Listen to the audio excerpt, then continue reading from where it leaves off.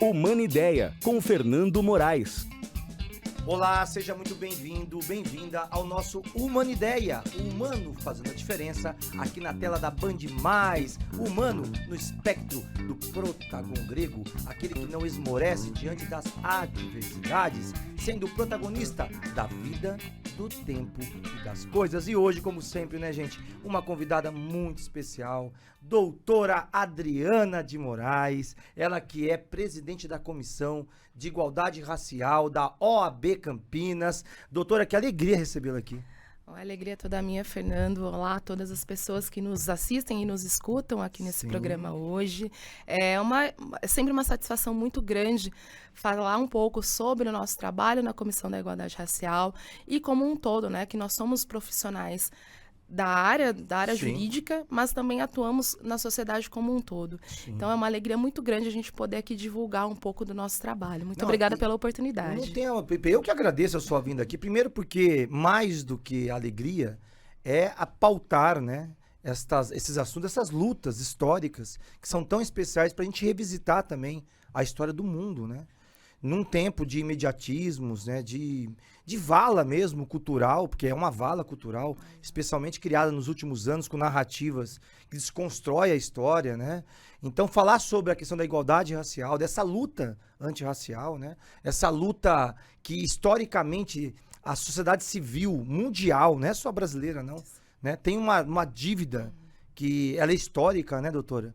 E aí, falando sobre essa comissão, é muito interessante que a OAB, entre tantas outras comissões importantes que tem a Casa da Advocacia, mas essa comissão especialmente, esse tema ele tem que transitar por toda e qualquer política pública, né, doutora? Sim, falar um pouco sobre igualdade racial. Sim. É a gente entender que não há nenhuma possibilidade de haver o que nós chamamos de democracia. Não Sim. há como nós temos uma sociedade justa sem nós pautarmos a igualdade. Sim. Não só a igualdade de gênero, né? Não só ou a igualdade em relação a outras minorias, mas, sobretudo, a igualdade racial.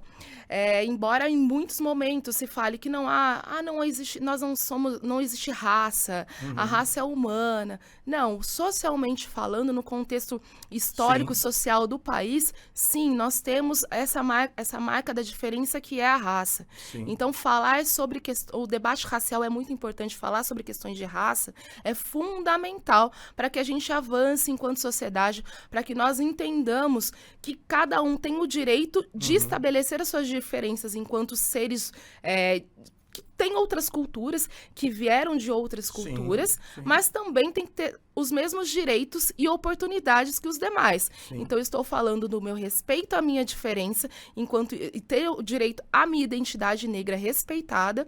Então, culturalmente, eu preciso ter o desenvolvimento cultural a partir dessa minha realidade enquanto mulher preta, enquanto pessoa negra.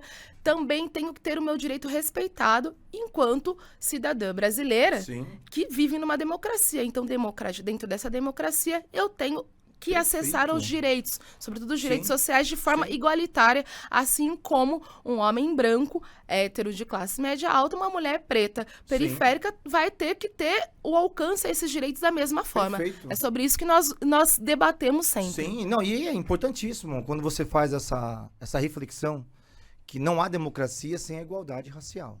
E também acho que essa coisa, quando as pessoas falam assim, que jogam por até de uma desconstrução científica, porque já está comprovado cientificamente o conceito de raça. Tá? Então essas falas tranquilizadoras, mas só existe a raça humana. Isso é um desconhecimento até da história do mundo, né, doutora? Porque quando a gente fala sobre, num país como o nosso, que mais da metade da população é negra, nós estamos falando do que nesse país, quando a gente não põe isso também para debater cidadania, para debater saúde pública, para debater a questão de gênero, como você disse nas suas iniciais.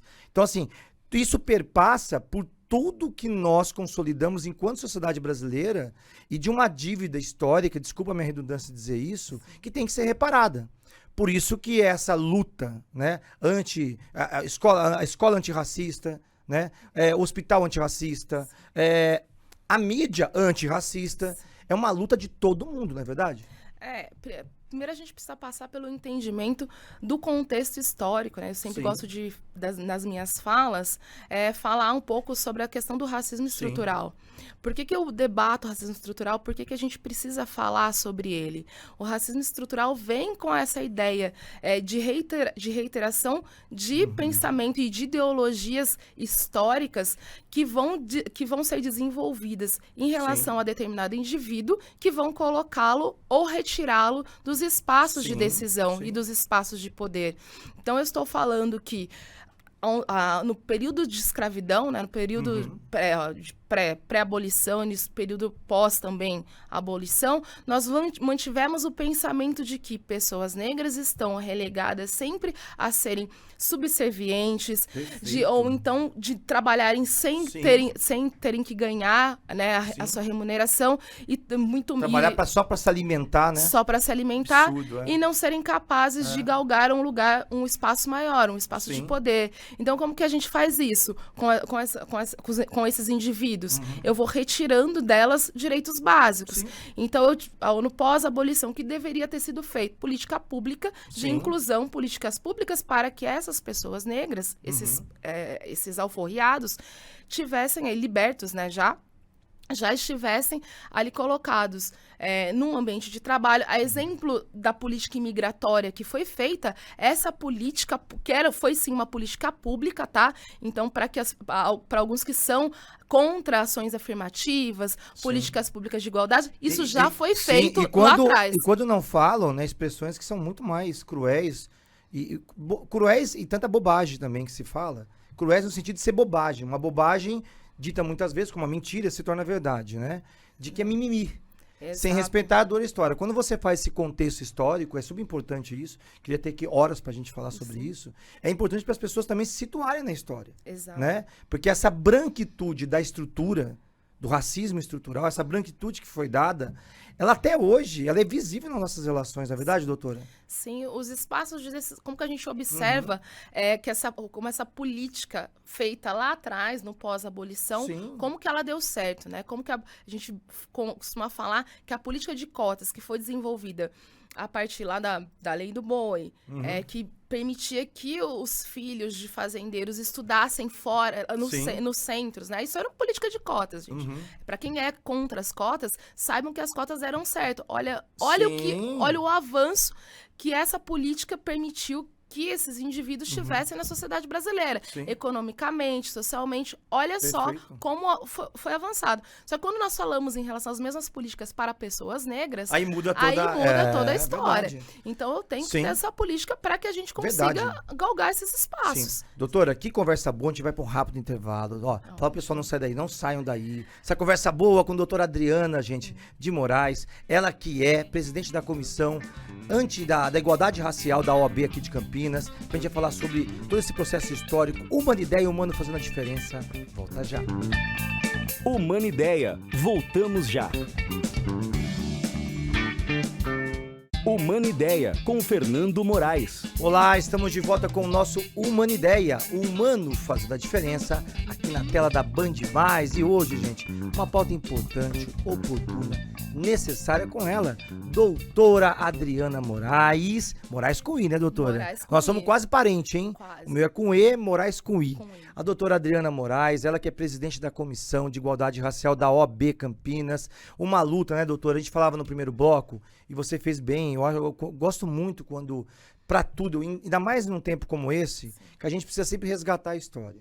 Né? Tem muito rodapé de internet, grupos aí dessas redes sociais, com grandes novos colonizadores, né? Ou seja, novos que são navegadores da internet que descobriram novos mares. Não é. E aí vai anulando a história. Eu falei isso no primeiro bloco, faço questão de revisitar isso, porque essa branquitude de tudo. E quando você fala sobre a questão da pessoa preta nas relações societais, isso vale para toda e qualquer área. Vale na mulher preta no hospital público, vale para a mulher preta na universidade, vale para a mulher e para o homem preto no ambiente de trabalho, seja o que for. É visível. Quando eu fico, às vezes, nesse mundo da internet, onde tem os coronéis da verdade, quando falam assim, mas e cadê meu direito de preconceito contra branco?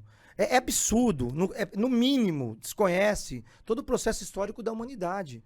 né? E ficam aí como doutos falando, espalhando fake news, e não compreende quanto isso foi tão cruel, foi tão doloroso para a comunidade, eu vou para os países, né, de origem, né, afrodescendentes, no de afro como geral, né? Como é que você vê na sua luta lá da comissão, porque você é uma mulher advogada, Sim. que transita por também ambientes masculinizados, além de enfrentar as lutas como mulher, também de ser uma mulher preta. Como é isso no seu dia a dia? Bom, primeiro essa questão de não entender as questões raciais, não entender a necessidade desse debate, vem da manutenção do seu privilégio, né? Essa necessidade de manutenção de privilégio. Tem gente que confunde privilégio com direito, né? Exatamente. É bom deixar claro isso. Deixar muito claro. Direito todos nós temos. Sim, sim. Então, se os meus direitos fossem respeitados, provavelmente nós não estaríamos falando em privilégio aqui. Perfeito. Então, como existem pessoas que têm um privilégio maior em virtude da raça e do gênero que ostentam, então aqui nós temos aqui de falar um pouco sobre a questão da igualdade racial. Bom, dentro do meu contexto de vida, ser uma mulher preta, advogada, é desafiador, né? Eu sou aqui de Campinas, sou da cidade de Campinas. Eu sempre estive colocada nesses espaços em que eu era minoria negra, ou então a única negra, ou reconhecidamente enquanto mulher negra. Perfeito. Então, desde criança, eu já tenho essa percepção de como nós circulamos nesses espaços. E a naturalização das nossas ausências. Eu estudei em uma escola particular aqui, tradicional da cidade, e que a ausência de pessoas negras era naturalizada, né? E a presença delas apenas como serviçais também era naturalizada. Sim. Eu fui ter o meu primeiro professor negro no mestrado. Olha, que interessante. No mestrado. A minha vida escolar toda foi sem uma Sim. professora negra, um professor ou professora negra. A minha vida acadêmica foi sem ter uma pessoa negra.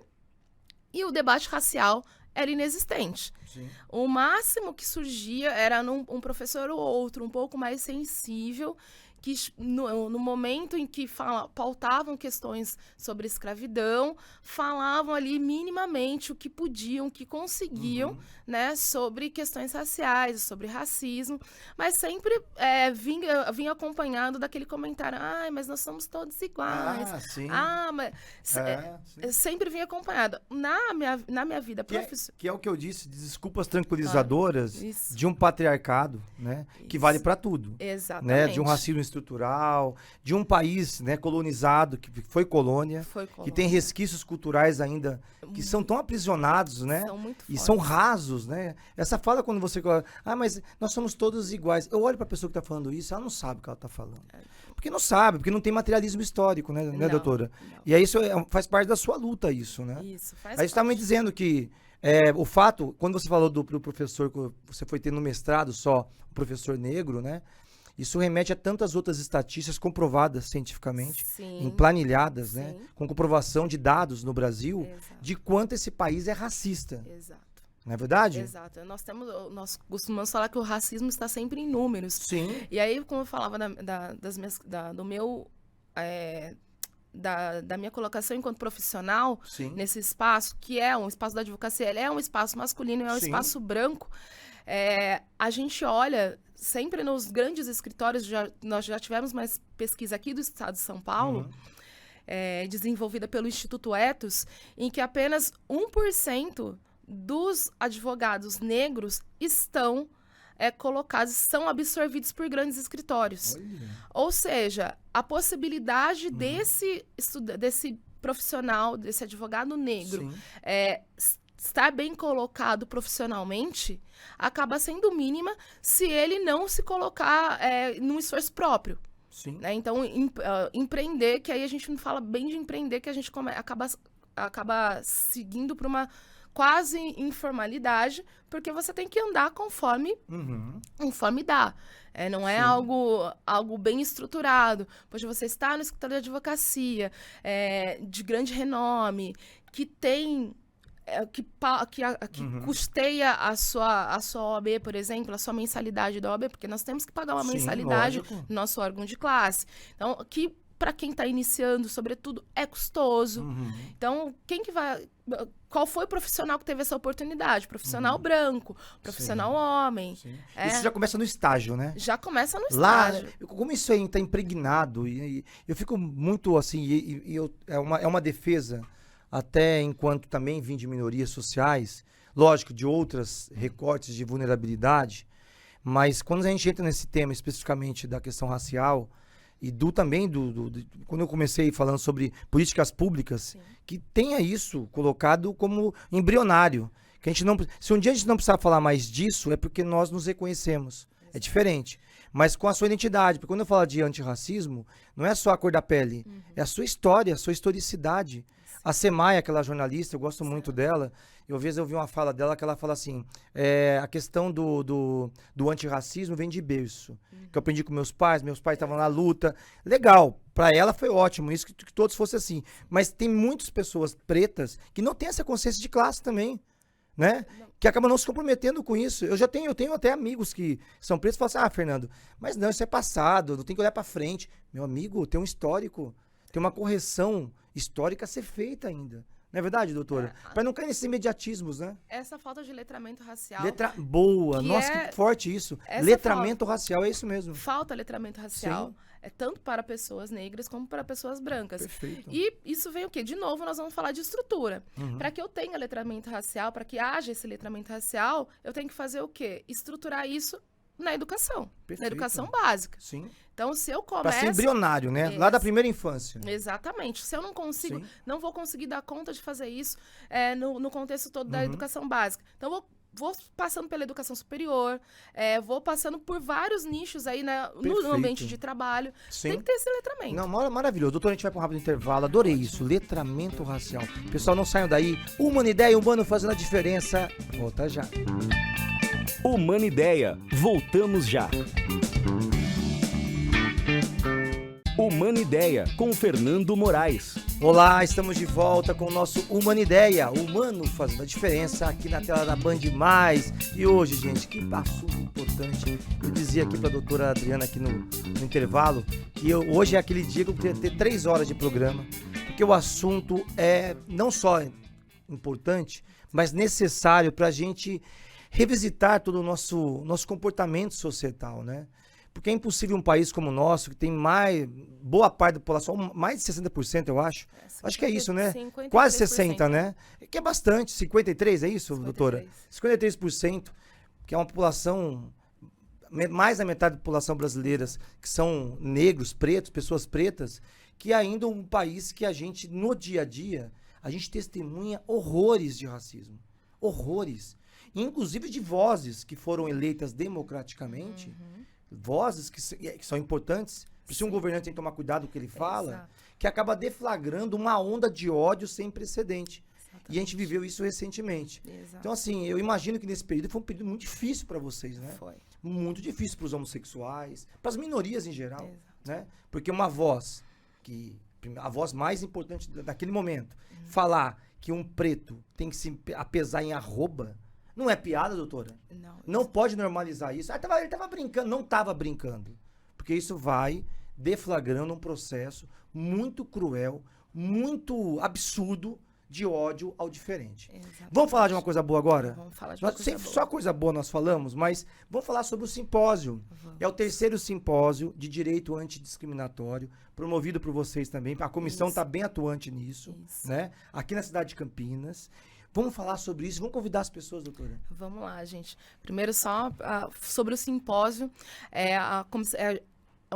um simpósio em conjunto da Comissão de Igualdade Racial com a Comissão da Verdade sobre a Escravidão Negra. Sim. Então, são 2 comissões que caminham juntas exatamente por essa questão da abordagem histórica, né? O que aconteceu para que nós tivéssemos que falar hoje sobre questões de igualdade racial. Então, o nosso simpósio é feito em conjunto com essas 2 comissões, tá? Comissão de Igualdade Racial. É indissociável, né? Indissociável. Perfeito. Da qual eu também sou vice-presidente da Comissão da Verdade. Tá em tudo, doutora? Isso. Que maravilha. Tem que ocupar espaço. Isso. As representações são super importantes. Por isso que tem que ter mulheres em tudo, homens pretos, mulheres pretas, no STF, juiz, magistrado, promotor, tem que ter em tudo. Mas não é só a cor da pele. Tem que estar comprometido. Tem que estar comprometido né? com a causa. Exatamente. E a Comissão da Verdade é presidida pelo Dr. Ademir José da Silva. Tá? Então, nós vamos fazer nosso terceiro simpósio, nós dividimos aí em quatro áreas de debate. Nós vamos ter um primeiro painel que vai falar sobre o direito do trabalho. Eu preciso interromper, porque eu cometi um ato falho aqui, doutora. O subtítulo, os desafios da inconsciência racial, adorei essa. É uma provocação por si só, né? É uma provocação. Desculpa, é que eu precisava falar sobre isso. Exato, a gente traz essa provocação para que as pessoas entendam qual é o nível dessa inconsciência sobre questões raciais que a sociedade passa, né? Qual é a falta, que falta para que as pessoas entendam que há necessidade, sim, de ter uma consciência racial, que não é uma consciência humana, mas sim uma consciência de que há diferenças estruturantes em relação ao trabalho, acesso ao trabalho, aos direitos sociais, que partem desse recorte racial, que partem dessa discriminação a partir da raça. São visíveis, latentes, e quem não vê, desculpa, agora eu vou fazer um apelo. Quem não consegue enxergar isso, ou alguém que fala que não existe isso, que isso é mimimi, nós somos todos humanos, como nós falamos no bloco anterior, porque... Não, quem não consegue fazer isso, né? Desculpa, doutor, eu preciso fazer isso, é um apelo, né? É porque tá mal intencionado. Tá muito mal intencionado. Tá muito mal intencionado, não é possível. Né? A gente vê todos os dias atos cruéis de racismo neste país, inclusive entre os iguais, que é mais triste ainda. Sim, porque acaba absorvendo todo o conteúdo que essa estrutura traz, que a sociedade traz. Perfeito. E só para lembrar sempre, para não deixar que as pessoas esqueçam que racismo é crime, gente. É crime. É crime, tá? É crime. Nós temos não é piada. Não é piada. Crime. Ele é crime, tá lá estabelecido na Lei 7.716. Então, lembre-se sempre que é crime, é passível de punição, sim. E hoje nós temos a inafiançabilidade do crime de racismo. É inafiançável. Tá? Perfeito. Então, prestem atenção ao falar que é mimimi, que não é nada, que é brincadeira. Não é brincadeira. Inclusive, não vou me alongar, mas nós já temos estabelecido na própria lei, nos próprios artigos, essa previsão do que o professor Adilson Moreira um dia cunhou sobre racismo recreativo. Então, nós precisamos prestar atenção nisso. Perfeito. Então, vamos para o simpósio, Vamos para o doutora. simpósio. Então, nosso terceiro simpósio, nós vamos pautar no primeiro painel, o nosso painel que vai começar às 9 horas da manhã, no dia 7 de outubro. Mercado de trabalho, inclusão e reparação, uma análise sobre a perspectiva de raça. Vai contar com o Dr. Lorival Ferreira dos Santos, que ele é desembargador do TRT 15, ele foi presidente do TRT também. A professora Alessandra Benedito, que ela é advogada, ela é professora universitária, professora do Mackenzie e conselheira federal da OAB. Nós vamos contar também com o Humberto Bressani, que ele é o doutor em Direito, professor e pesquisador, e quem vai fazer essa mediação é o doutor Ademir José da Silva, que é o nosso presidente da Comissão da Verdade sobre a Escravidão Negra. Os painéis, vamos divulgar para as pessoas conhecerem? Vamos. Porque a gente está com o tempo aqui já se esvaindo, Exato. Que pena, gente, que conversa boa. Mas assim, onde as pessoas podem conhecer melhor sobre a programação, ver os palestrantes, dia... Como é que vai ser, doutora? Vai ser transmitido pela internet também? Não vai ser transmitido pela internet. Só presencial? Não, só presencial. Tá. Vai acontecer no dia 7 de outubro. Tá aí já. Já tá aí. Próxima já semana, na sim, próxima perfeito. semana. Vai acontecer das 9 da manhã às 17 horas, na Casa da Advocacia, que fica lá no Jardim Santana, encostadinho com a Cidade Judiciária. Sim. Então, se chegar na Cidade Judiciária, ao lado já tem a Casa da Advocacia. Bonito lá, né? Ficou Agradável, maravilhoso. Né? Que legal. Exatamente, a gente fala da Casa da Advocacia, que é a Casa da Cidadania. Então, é a casa de todos vocês, não só dos advogados, mas de todos aqui que nos ouvem e que nos assistem. E como é que vai para acessar o Instagram? Já tem a programação lá? A gente tem a programação lá no nosso Instagram da Comissão de Igualdade Racial. Então, é @Comissão da Igualdade Racial. Também temos a programação lá no site da OAB Campinas, e eu peço a todos que forem participar, que façam a inscrição lá no site da OAB, procurem a nossa programação, que está toda colocada ali. Vai ter esse painel que você falou, vai ter os outros painéis. Quantos painéis são? 4 painéis. 4 painéis. Fala só os títulos. Eu vou falar os títulos.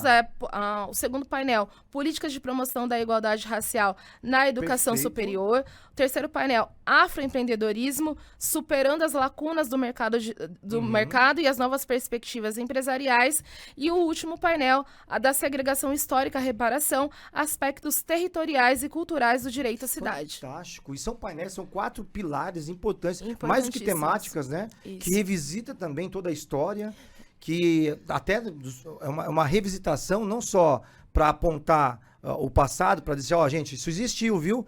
Pra gente também seguir aqui a luta pela frente, né, doutora? Exatamente. E é importante, também nós traremos no simpósio uma exposição aqui da nossa artista Monique Santos, que faz parte da curadoria da Andréia Mendes, né? Da Andréia Mendes, que vamos dar um beijo pra André. Beijo, Andréia. Beijão, Andréia. Que maravilhoso. E a exposição chama Reorientar.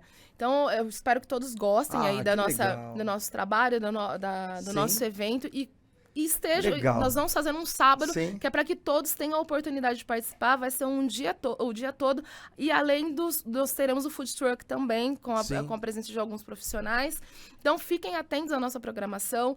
Se tiverem quaisquer dúvidas sobre como chegar, sobre como fazer a inscrição, acessem as nossas páginas. Vai estar tudo lá, né? Vai estar tudo Doutora, lá. olha, que pena. Nós vamos ter que agora, para os nossos finalmente, deixa uma mensagem para as pessoas aí.